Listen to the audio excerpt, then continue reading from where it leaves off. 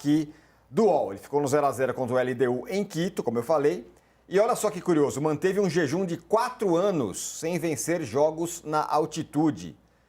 E tem uma situação de alerta ali na sua classificação no Grupo C nesse momento. O rubro-negro é o terceiro colocado com 4 pontos. É a mesma pontuação do Central Córdoba da Argentina, que vai jogar amanhã contra o Deportivo Táchira em Santiago del Estero, ou seja, a casa do Central Córdoba. O Deportivo Táchira é o time mais fraco do grupo. Aí é assim, né? Se o Central Córdoba vence, ele fica numa situação que ele pode até empatar em casa com o Flamengo, que ele continua na frente. Né? Então, é um sinal de alerta aí. Ó, como é que tá o grupo aí. Acho que o que o Casão falou é a pura verdade, né? Porque se o Flamengo tivesse vencido o Central Córdoba e tivesse empatado contra a LDU na altitude, a gente estaria falando agora de um Flamengo com 7 pontos, né? Então, não seria nada ruim. Na verdade, quando você olha para esse grupo e você vê a tabela, o empate é para se comemorar na altitude. A questão é que realmente o Flamengo deixou escapar esse jogo contra o Central Córdoba, mas ainda assim, para mim, é bastante provável, não é nem possível, é provável que o Flamengo se classifique. Porque o Flamengo é muito melhor que o Central Córdoba, eu acho que dá para vencer na Argentina, o Táchira no Maracanã, não consigo imaginar outra coisa que não, embora, né, o Flamengo tenha tropeçado contra o Córdoba, mas eu não consigo imaginar que o Flamengo volte a tropeçar em casa, então contra o Táchira eu também já somo mais 3 pontos. E esse jogo da LDU no Maracanã, que pode ser um pouco mais complicado, mas ontem eu vou te falar que eu até que me decepcionei um pouco com o poder de fogo da LDU. Eu imaginava que a LDU pudesse levar um pouco mais de perigo, aproveitando a altitude, aproveitando até certo ponto a necessidade do Flamengo em não poder perder. Então eu consigo ver o Flamengo ainda com muita chance de se classificar. A questão, que eu estava até brincando com o Tirone antes de começar o programa aqui, é que dependendo de como for, se de repente o Flamengo arranca o empate, vence as duas em casa e passa, tem uma chance de passar em segundo. Aí vira aquele problemaço para quem ficar em primeiro, né? Vai todo mundo torcer contra a bolinha do segundo colocado Flamengo, que ninguém vai querer pegar o Flamengo logo de cara, né, Tirone? Então eu acho que o Flamengo ainda tem aí, sei lá, 90% de chance de passar, porque não passar nesse grupo seria realmente catastrófico. De novo, né? A LDU tem 5 pontos, a Central Córdoba tem 4, mas tem um jogo a menos, o Flamengo tem 4, mas já jogou, e o Deportivo Táchira, que é o saco de pancadas do grupo, não tem nenhum, e jogam amanhã Central Córdoba e Deportivo Táchira na Argentina. Então vamos lá, projetando o Central Córdoba se vencer, vai para 7 pontos, ele assume a liderança. O Flamengo continua com 4, vai ter que vencer seus 2 jogos em casa. Eu queria ouvir de você, Casão, uma análise do jogo, porque eu até achei que o primeiro tempo do Flamengo foi bom, e eu tô com o Danilo, me decepcionou um pouco a LDU. Achei que ia ser mais pressão, tal, um time um pouco lento, tal. O Flamengo até controlou a situação no primeiro tempo. No segundo, a partir dos 15 ali, aí morreu, né? Aí fisicamente o time caiu demais, e aí sim a LDU foi perigosa e quase fez um gol no final ali. O cara perdeu o gol de cabeça cara a cara com o Rossi. Mas no final me pareceu que o Flamengo até estava confortável, vamos dizer assim, com o empate. Botou lá Danilo na zaga, foi o melhor jogador em campo, eleito pela Conmebol.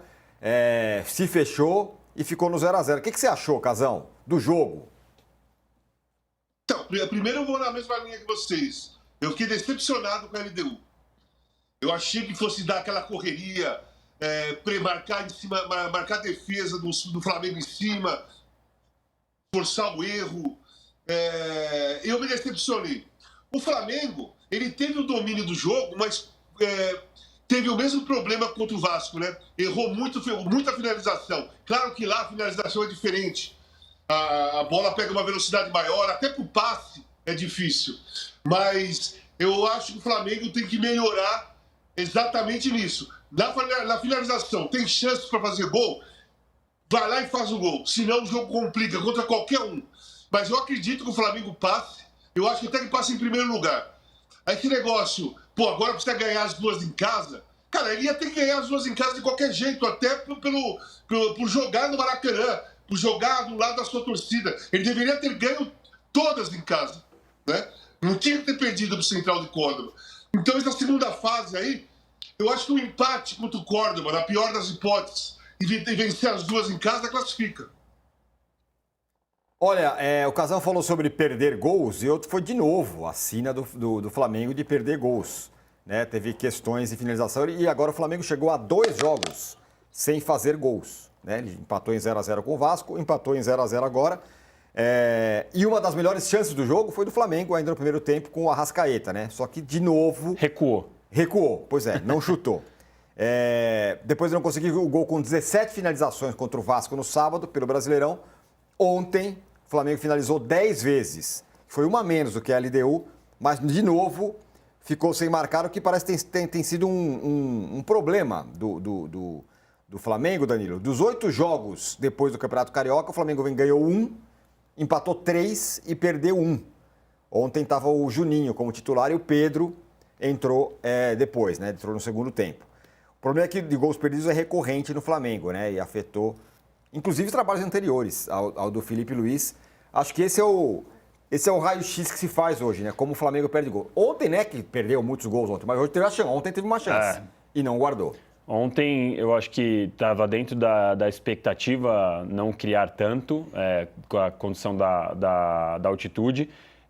Eu acho até que dentro da nossa decepção com a LDU, eu fiquei olhando para a LDU e tentando entender o que estava por trás daquela estratégia, por que a LDU estava fazendo aquilo. Eu imaginei, isso aqui assim, uma sensação de que a LDU estava se arriscando em cansar o Flamengo no primeiro tempo para tentar explorar esse segundo tempo. E aí que você falou, o Flamengo, nas chances que teve, não conseguiu ser fatal. Eu acho que quando a gente olha para o jogo do Flamengo, a gente pode ver claramente que o Juninho não é um jogador à altura do Flamengo. O Juninho, ele já fez gol importante e tal, mas assim, não é um jogador que tem o peso desse elenco do Flamengo. É a indicação do Boto, uma indicação que por enquanto não rendeu frutos. E eu tenho a impressão que o Bruno Henrique caiu muito de produção. Provavelmente não tem como a gente tirar da equação a questão que ele está sendo acusado pela manipulação de resultados, por favorecer a sua família nas apostas, e obviamente isso pesa na cabeça do jogador. Então o cara claramente está fora de produção. E aí ontem o ataque com Juninho e com o Bruno Henrique era um ataque muito fraco para o Flamengo. E o Gerson, a gente já falou aqui, inclusive, ontem, o Gerson, ele jogando como meia, ele precisa ter um pouco mais de número, ele precisa ter um pouco mais de qualidade na criação. E o Arrascaeta, na chance que teve, não podia ter recuado. O Arrascaeta, que inclusive o Mauro já levantou, né, no posse, o Arrascaeta que também perdeu a oportunidade, deixou de chutar, finalizar contra o Vasco nos minutos finais no Clássico. Então, o Flamengo tem esse ponto de atenção. Fez 6-0 no Juventude, passou a impressão que agora estava tudo resolvido, mas aí tem esse ponto. Eu, sinceramente, eu fico vendo o caso do Bruno Henrique, eu acho que é uma questão muito incômoda para todo mundo, né? Inclusive para o Felipe Luiz. Porque se o Felipe Luiz tira o Bruno Henrique agora, vão falar, já está culpando o cara de primeira antes dele ter o direito de defesa e tal.